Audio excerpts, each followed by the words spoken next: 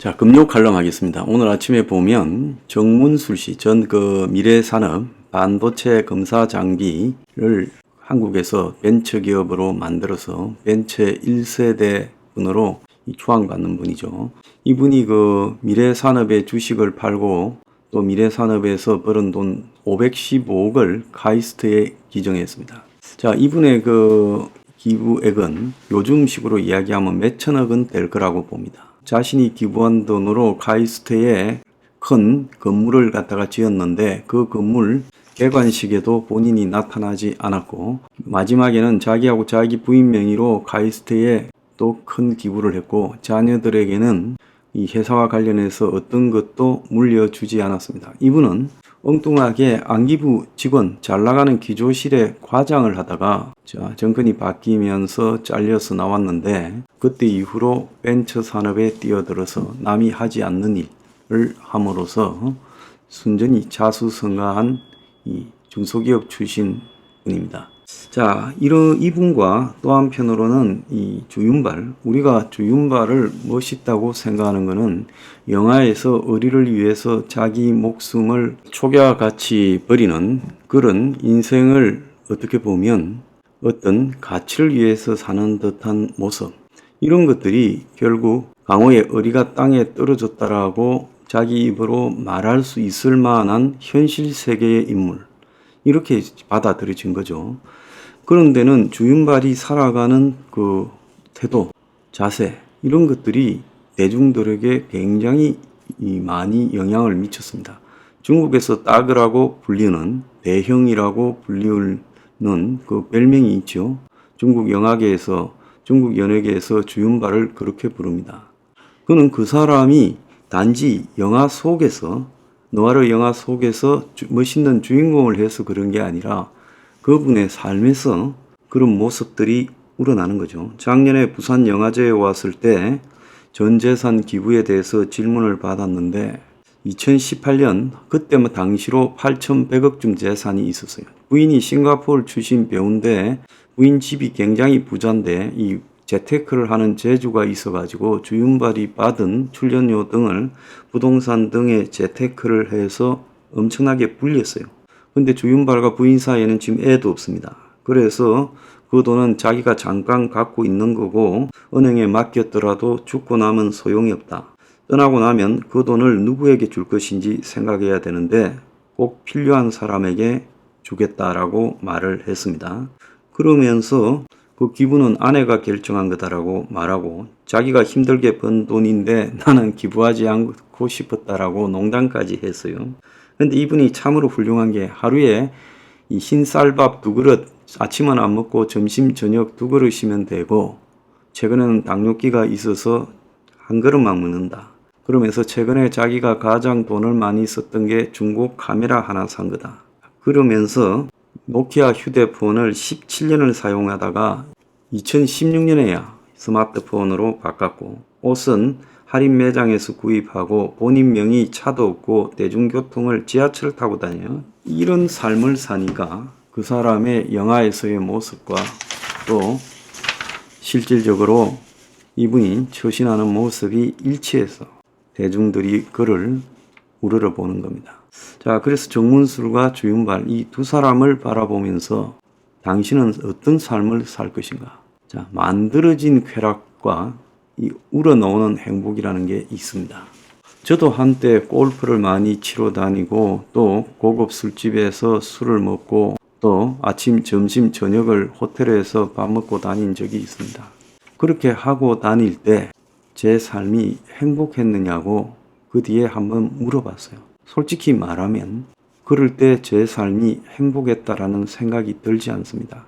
하루 종일 속이 더부룩했고 하루 종일 숙취로 시달렸고 골프장에 가서 골프를 치다가도 끊임없이 골프 치러 온 사람들의 행태들을 보면서 이러는 것이 옳은 것인가 라는 생각에도 시달렸고 골프 치러 가서 골프 치고 밥 먹고 술 먹고 이러면서 하루가 후딱 날아가 버리는 모습을 보면서 이런 것을 이렇게 자주 쳐도 되는가 라는 생각도 들었고 가끔이면 접대 골프를 받을 때 그런 것을 해도 되는가 라는 고민도 들었습니다. 자, 그런데 제가 밥 먹고 고급 횟집에서 술 마시고 고급 술집에서 술 마시고 또 호텔에서 식사하고 골프 치고 그렇게 어울리던 사람들 중에 지금 제 주변에 연락이라도 주고받는 사람이 한 명도 없습니다. 그냥 스쳐가는 부분이고 실제 이름도 누구였는지도 가물가물합니다. 그 헛세월을 보낸 거고 굉장히 많은 건강과 몸을 해치는 그런 시간이었던 거죠. 새벽에 일어나서 골프 치러 간다고 5시, 6시에 일어나고 새벽에 아침 식사 간다고 5시, 6시 일어나고 술 마신다고 밤에 1시, 2시까지 마시고 그렇게 살아온 세월이 도대체 나한테 뭐가 남았는가 저는 그렇게 물어보고 싶습니다. 저는 그런 생활이 행복하지 않았지만은 어느 순간에 그런 부분에 빠져들었던 적이 있었어요. 그래서 어느 시점 이후로 골프를 안 쳤지만은 절실하게 골프를 치고 싶다라는 생각이 들은 적은 없습니다. 다만 골프장에서 이렇게 느끼는 깨끗한 아름다움 이런 것이 가끔 그리울 때는 있지만 제가 그건 자연을 갖다가 버타는 생활을 안 해서 그렇게거니 생각을 합니다. 저는 해외도 과거에 굉장히 많이 나갔어요. 그런데 지금 해외 안 나간 지가 한 13년쯤 되는 것 같은데요. 13년. 그런데도 과거에 해외여행할 때 굉장히 즐거웠다라는 생각이 들지만 해외여행을 이제 하고 싶다라는 그런 생각이 전혀 안 듭니다. 이제는요. 그리고 작년에 부산에서 상이 있어서 한 12, 13년 만에 비행기를 처음 탔어요. 근데 비행기를 탔는데 엄청나게 불편했습니다. 과거에는 이걸 일주일에 몇 번씩 탄 적도 있는데 어떻게 그렇게 살았나라는 생각이 들더라고요. 그래서 우리가 흔히 이야기하는 돈 있으면 먹고 마시고 자고 이런 부분 그리고 입고 이런 데서 고급으로 가면서 쾌락을 추구하는데 이런 만들어진 쾌락이 제 인생에서 진정한 즐거움으로 온 적은 별로 없었다. 항상 그런 그때의 즐거움을 반추해 보다가는 그 뒤에 이어온 허무감이 항상 뒷받침됐어요. 그래서 그런 쾌락에 의한 즐거움은 반드시 허무로서 이렇게 끝난다. 자, 그런데 제가 요즘 즐거움을 느끼는 것은 행복이라고 느끼는 것은요. 어제 유튜브 소송 재판에 갔을 때 오신 한 60여 분 되는 분들과 악수를 할 때 굉장히 마음속에 행복감을 느꼈습니다. 설마 그렇겠거냐 말씀하실지 모르겠는데 진짜 그 순수한 분들을 만나서 그 순수한 열정에 대해서 감사한 마음으로 손을 잡을 때 진짜 제 마음에는 이건 내가 제대로 사는 것이다 라는 행복감이 이렇게 밀려왔어요. 요즘 사실 제 인생은 굉장히 고통스럽습니다. 장애 등급 2급 수준의 중증 장애죠. 이게 투석을 갖다가 하고 있는데 자, 그런데 이 투석 후유증으로 잠도 제대로 못 자고 가만히 앉아 있어도 발다리가 아프고 솔직히 말하면 일어서서 걷기도 불편합니다. 그래서 앉아 있으면 일어서기도 싫어지고 그래서 시간을 때운다라는 것이 굉장히 고통스러운 연속입니다. 그러다 보니까 이게 먹는 게 소화도 잘 안 되고 온몸이 하루 종일 파김치처럼 지치고 계단을 올라가는 것도 거의 어렵고 자, 이러면서 그야말로 최소한의 생각하는 기능만 살려가지고 이 방송하고 또 집과 사무실을 왔다 갔다 하고 그다음 투석하러 병원 가는 게 제 일상입니다. 9월달까지 이런 일상을 하면서 여름을 보내야 됩니다. 이걸 괴롭다고 생각하면 엄청나게 괴로운 것이죠. 투석 4시간 하면 정말 시간 안 갑니다. 하루 걸러서 투석을 하러 4시간씩 가야 되는데 그 시간 동안에 제대로 움직이지도 못하면서 누워있다 보면요. 참으로 괴롭다. 그 느낌도 상당히 불쾌하죠. 피가 빠져나가서 다시 들어오는 느낌은. 그런데 그 속에서 어제 서초동 법원에 물론 그 법원까지 가고 다시 사무실에 오고 하는 게 육체적으로 힘들지만은 거기 오신 분들을 손을 잡을 때 저는 행복감을 굉장히 느꼈습니다. 그래서 행복이라는 것은 만들어서 느껴지는 쾌락하고는 차원이 다른 것이다. 그냥 제대로 사는 삶 속에서 우러나오는 것이 행복이다. 저는 그렇게 생각합니다. 자, 평범하게 전부가 다 먹고 놀고 마시고 입고 이런 데서 즐거움을 추구하고 사는 세상에 그래서 시간을 내 가지고 목요 집회에 끊임없이 오고, 또 어제 아침에 일찍 법원으로 오고, 더운 여름 날씨에요.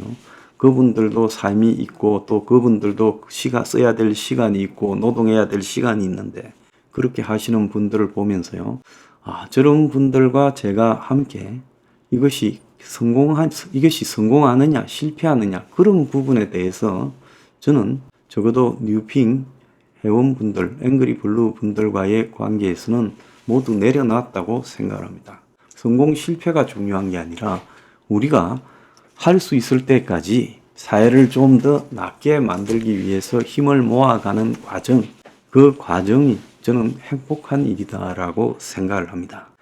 그래서 우리가 어떤 삶을 살 것인가라고 항상 생각을 하고 살아야 되죠. 요즘 이 한국 사회에 보면 무엇이 좌파인지 우파인지 진보인지 보수인지도 잘 모르면서 많은 사람들이 SNS에 몰두해서 떠들고 삽니다. 그리고 자기가 지지하는 정치인들의 팬덤 한다고 시간을 보내고, 그리고 분노하고 우울해하고 그럽니다. 근데 제가 봤을 때 그런 인생은 낭비일 뿐이라는 거죠. 무엇 때문에 태극기 운동을 하러 광화문 광장에 그렇게 자주 나갔던 것인가? 그래서 그렇게 나가서 세상은 어떻게 바뀌는 것인가? 이런 모습들을 바라보면서요, 저는 근본적으로 사람의 삶에서 행복이라는 것은 옳은 것을 지향해 가야 진정한 우러나오는 행복을 느낀다는 겁니다. 우리가 설렁탕집이나 곰탕집, 꼬리 곰탕집 이런 국물 좋아하는 한국 사람들이 많이 가지 않습니까?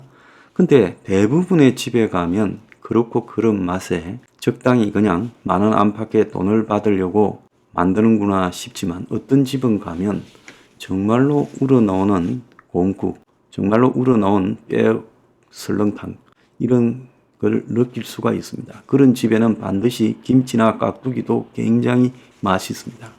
그래서 대부분의 곰탕이나 설렁탕 하는 집이 거기서 거긴데, 어떤 집은 그야말로 명품 수준의 이런 설렁탕이나 곰국을 우리는 집이 있습니다. 그런 집의 주인은요, 왜 그럴까요? 자기가 하는 일에서 최선을 다하기 때문에 좋은 재료를 쓰고, 또 거기에서 군내가 나는 것을 제거하기 위해서 노력하고, 또 좋은 이 반찬, 김치나 깍두기를 만들기 위해서 노력하고, 그러면서 남이 알아주든 알아주지 않든 많은 시간과 비용을 더 들여서 자신의 고객에 최선을 다하니까 맛집이 되는 겁니다. 삼계탕을 하나 먹어도 대부분 거기서 거기입니다. 근데 어떤 집은 굉장히 맛있죠. 그래서 이런 것들이 결국은 우리 인생에서도 똑같이 적용되는 부분이다라고 생각합니다. 시간 나면 놀러 가고, 봄이면 꽃 보러 다니고, 가을이면 단풍 보러 다니고, 지역에 축제 있으면 축제 보러 가고, 재래식 시장 구경 가고, 또 시간 나면 기차 타고 여행 가고, 그 시간 나면 돈 좀 되면 해외 여행 가고, 돈 좀 되면 명품 사고. 우리가 살아가는 인생이 대부분 그렇게 살아가요. 그걸 못해서 안 하죠. 그래서 그런 거를 잘할 수 있는 사람을 행복한 사람이다, 이렇게 생각합니다. 그러면 제일 행복한 사람은 언제든지 마음대로 돈을 쓸 수 있는 한국에 제일 돈 많은 한국의 재벌 1위가 가장 행복하고 돈이 행복의 순위가 돼야 되겠죠. 근데 그렇습니까? 그러지 않습니다. 어떤 목적을 위해서 몰두하고 살아온 사람은 그만큼 자기가 망가져 있습니다. 그래서 재벌들 한번 보세요. 여자 관계부터 시작해서 가족 관계부터, 재벌들 집에 가족들 중에 자살한 사람 없는 집이 별로 없어요. 깜빵 가지요. 이혼하지요. 애가 배다른 애들이 줄줄 하지요. 그리고 마약하지요. 그리고 투감은 정권 바뀔 때마다 잡혀 들어가지요. 정경 유착해야 되지요. 탈세해야 되죠. 상속 고민해야 되죠. 이런 것이 그들이 살아가는 삶이에요. 그런데 보통 사람들 누구도 재벌이 되면 그보다 더 할 겁니다. 그들을 비판할 것도 없어요. 그래서 우리가 이 세상에서 쾌락을 목적으로 살아간다면 그 끝은 허망합니다. 허무가 결국 지배하게 됩니다. 불교도 근본이 허무에서 대한 자기의 성찰에서 시작하죠. 기독교도 마찬가지예요. 모든 종교가 쾌락에 의한 허무에 대해서 이제 어떻게 살아가야 되는가라는 자기 성찰이라고 보고 있습니다. 그래서 진정으로 우러노는 곰국이나 설렁탕, 맛집 같은 그런 행복, 그런 것은 올바르게 살아갈 때 느껴진다는 겁니다. 그래서 우리가 봉사를 하고 기부를 하고 옳은 길을 갈 때 행복을 느낀다라는 사람들이 가끔 있죠. 그런 사람들을 보면 저 사람이 뭐 거짓말을 한다. 저 사람이 무슨 생각으로 저렇게 살까? 그렇게 여기겠지만은 저는 진짜로 그분들이 행복을 깊숙이 느끼기 때문에 계속 그렇게 살아가는 거라고 생각합니다. 요즘 세상이 너무 거칠어졌고 대중들도 너무 저질화되어 가고 있습니다. 그래서 이럴 때일수록 쾌락이 아니라 우러나오는 행복을 목표로 삶을 살아가는 것이 좋다고 생각합니다.